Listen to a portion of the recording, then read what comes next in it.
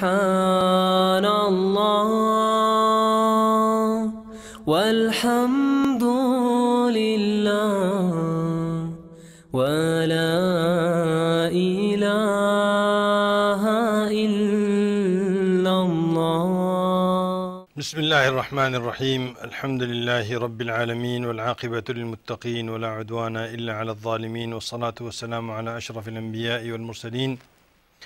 نبينا محمد وعلى آله وصحابته أجمعين، وبعد. يقول الله جل وعلا: إن الذين قالوا ربنا الله ثم استقاموا تتنزل عليهم الملائكة ألا تخافوا ولا تحزنوا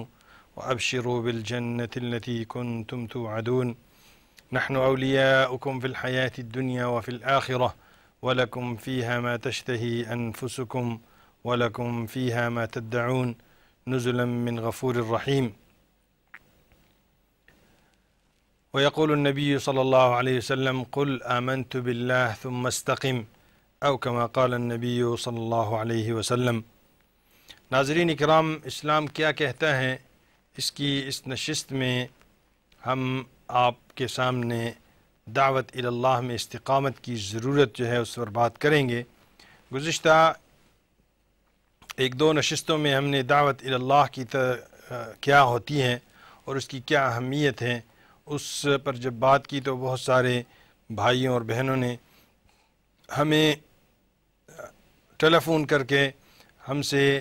مطالبہ کیا کہ ہم استقامت فی الدعوہ الی اللہ جو ہے اس پر بھی تھوڑی سی بات کریں۔ اس لیے ہم نے آپ کے سامنے سورہ حامیم سجدہ، سورہ فصلت کی ان آیات کی تلاوت کی ہے جو اس دعوت الی اللہ سے پہلے ہیں، اور جس کا ترجمہ یہ ہے کہ جن لوگوں کو نے کہا کہ ہمارا پروردگار، ہمارا رب، ہمارا اللہ ہے، پھر وہ اپنے اس اعلان کے اوپر ڈٹ گئے اور قائم رہے تو ان پر فرشتے اتریں، اللہ پاک فرماتے ہیں اتریں گے، اور وہ انہیں کہیں گے کہ نہ تم خوف کرو اور نہ تم غم کھاؤ، نہ تم حزن اور ملال میں رہو، بلکہ فرشتے انہیں جنت کی خوشخبری دیں گے، جس جنت کا خدا نے ان سے وعدہ کیا ہوا ہے۔ فرشتے انہیں کہیں گے کہ دنیا اور آخرت دونوں کی زندگی میں تمہارے لیے وہ دوست رہیں گے، اور جنت میں تمہارا جس چیز کے لیے جی چاہے گا وہ تمہیں ملے گی، اور جس چیز کی تمہیں طلب ہوگی وہ دی جائے گی۔ یہ سب کچھ جنت میں اس بخشش کرنے والے رب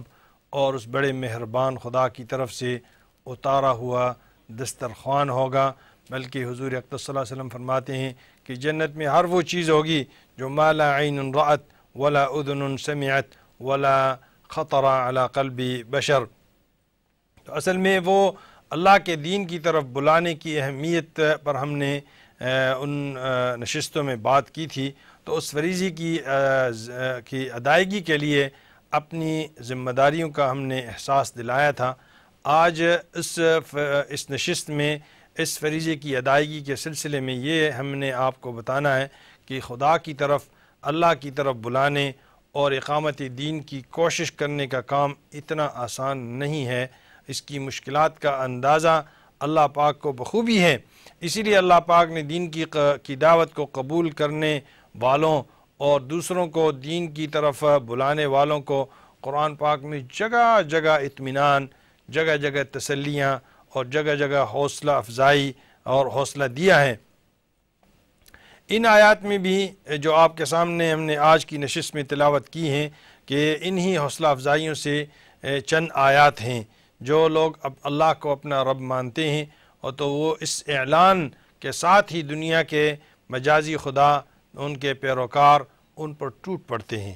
اور ان پر سختیوں اور ان پر تکالیف اور ان کو ایذا رسانیوں کے طویل سلسلے جو ہے نا وہ شروع ہو جاتے ہیں، تو انہیں اللہ پاک سختیاں جو ہے نا ان کے اوپر جب آتی ہیں تو ان سختیاں سے اللہ پاک انہیں آزماتے ہیں، اور ضرور مگر انہیں اللہ پاک بے یار و مددگار اور بے سہارا نہیں چھوڑتے، اور نہ انہیں چھوڑا جائے گا۔ آسمان سے اللہ پاک فرشتے اتارتے ہیں، اللہ پاک فرشتوں کو حکم دیتے ہیں کہ ان کی امداد پر اترو، ان کی امداد کے لیے اترو۔ جن کی اندیکھی امداد جو ہے ان لوگوں کو خوف اور غم اور ڈر اس سے نجات دے گی، اور انہیں قدم قدم پر محسوس ہوگا کہ خدا کی تائید اور خدا کی امداد ان کے ساتھ ساتھ ہیں۔ انہیں ہر گھڑی اور فرشتوں کی سنگت اور ان کو ہر گھڑی فرشتوں کی رفاقت اور ان کی قربت جو ہے وہ ان کو محسوس ہوگی۔ اور یہ تو اس دنیا میں ہے، جنت میں ان کے لیے کیا ہوگا کہ جنت میں ان کے ساتھ کیا ہوا وعدہ کہ اس جنت میں جو موجود نعمتیں جو ان کو ملنی ہیں ان کے لیے وہ فرشتے ان کو خوشخبری بھی دیں گے اور وہ دی جاتی رہے گی، جس کے نتیجے میں اسلام کی قبولیت کے نفاذ اور دین کے غلبے کی ہر تکلیف اور مصیبت میں حوصلہ برقرار رہے گا اور قدم جو ہے وہ مضبوط ہوں گے۔ تو اس سے پوری صورت کے متعلق جو صورت حامیم سجدہ، جس کا دوسرا نام سورہ فصلت بھی ہے، اس کے متعلق یہ کہا جاتا ہے کہ اسلام کے ابتدائی دور کی صورت ہے، اور اس کا زمانہ نزول جو ہے وہ مسلمانوں کی تعداد اس وقت بہت تھوڑی تھی۔ مسلمان جو ہے وہ مشرکین مکہ کے ڈر سے کھلم کھلا نہ تو نماز ادا کر سکتے تھے اور نہ وہ اپنی کوئی اور دینی عبادت کر سکتے تھے، بلکہ مسلمانوں پر ہر طرف سے سختیاں کی جا رہی تھیں اور مسلمانوں کے اوپر طرح طرح کے الزامات لگائے جا رہے تھے، اور ان کے لیے کہا جا رہا تھا کہ ان کی بدگوئی اور بدگفتاری کی جو ہے نا ان کے مشرکین کی طرف سے ان کے اوپر انتہا کر دی گئی تھی۔ ان مٹھی بھر مسلمانوں کی جانیں ہر قسم کے ظلم و ستم اور اشکا سے جو ہے نا وہ ہو کر مایوسی جو ہے نا وہ بے یار و مددگاری اور بے آسرا اور بے کسی اور بے بسی کے عالم میں تھیں، تو انہیں اللہ پاک نے کی طرف سے یہ تسلی آمیز آیات نازل ہوئیں، یہ اطمینان بخش اور حوصلہ افزا اور آیات نازل ہو کر ان کا حوصلہ اور ان کا سہارا بنایا گیا اور انہیں اس چیز سے سہارا بخشا گیا۔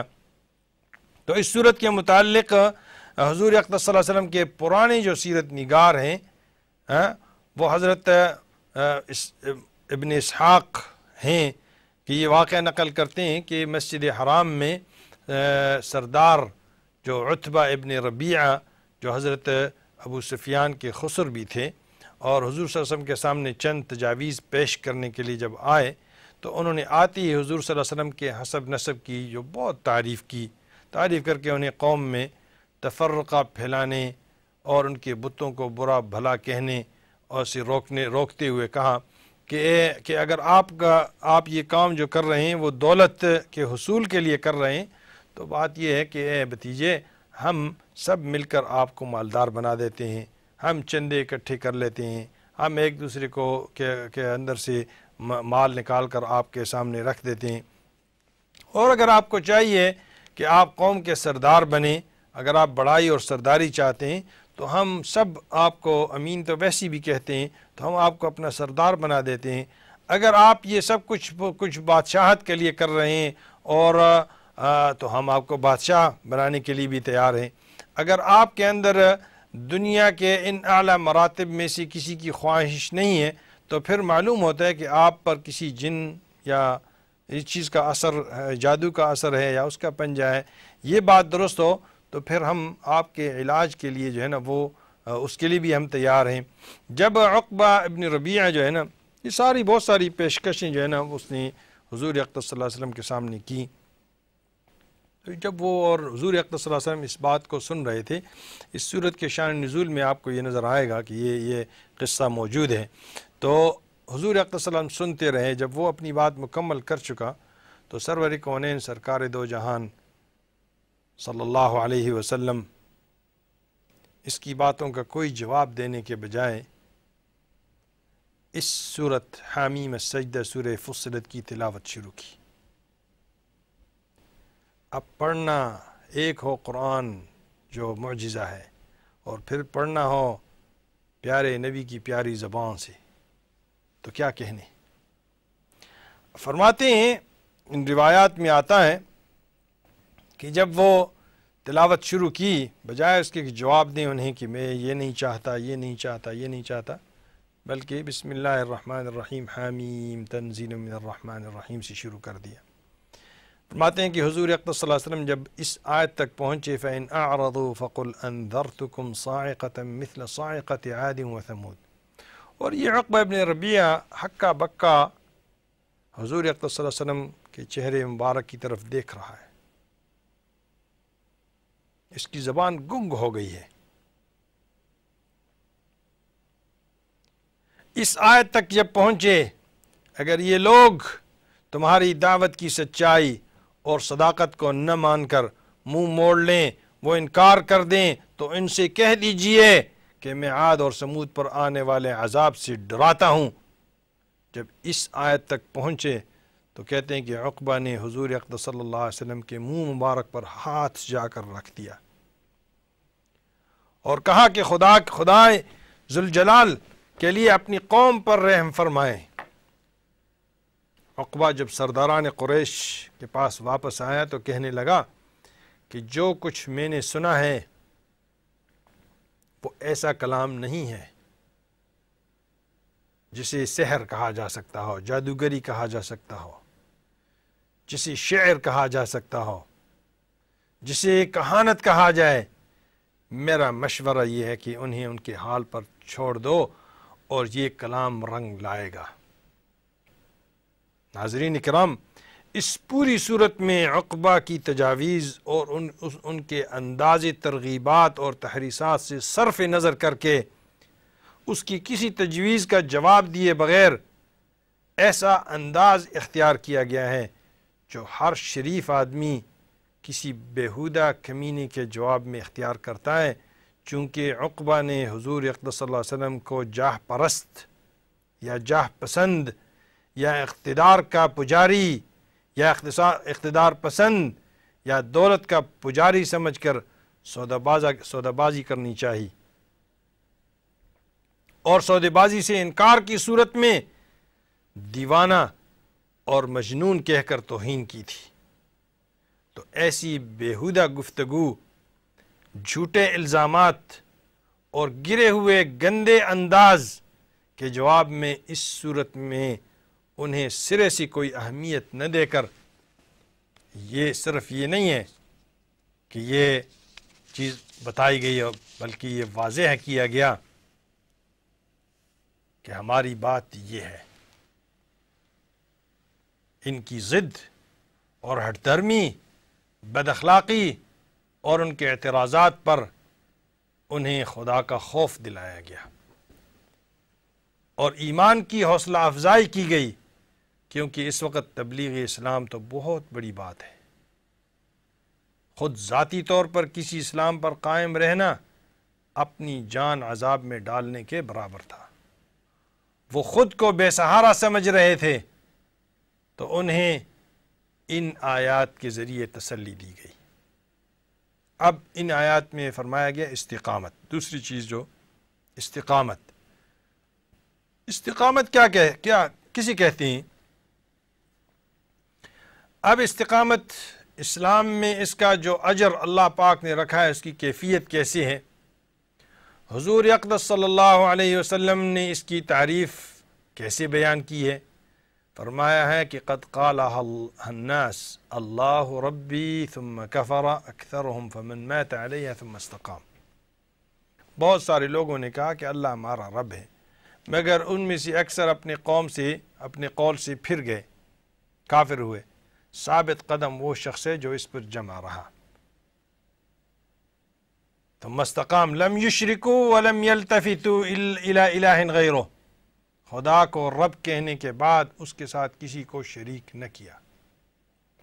نہ کسی دوسرے معبود کی طرف وہ انہوں نے توجہ دی۔ اور حضرت عمر بن الخطاب رضی اللہ عنہ نے منبر پر کھڑے ہو کر فرمایا کہ استقامت کے متعلق فرمایا کہ خدا کی قسم، استقامت اختیار کرنے والے وہ ہیں جو اللہ کی اطاعت پر مضبوطی سے قائم رہیں،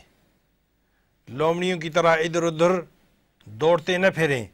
حضرت عثمان بن عفان رضی اللہ عنہ نے فرمایا کہ جس نے اپنے عمل کو اللہ کے لیے خاص کر دیا، یہ استقامت ہے۔ حضرت علی رضی اللہ عنہ نے استقامت کی تعریف میں فرمایا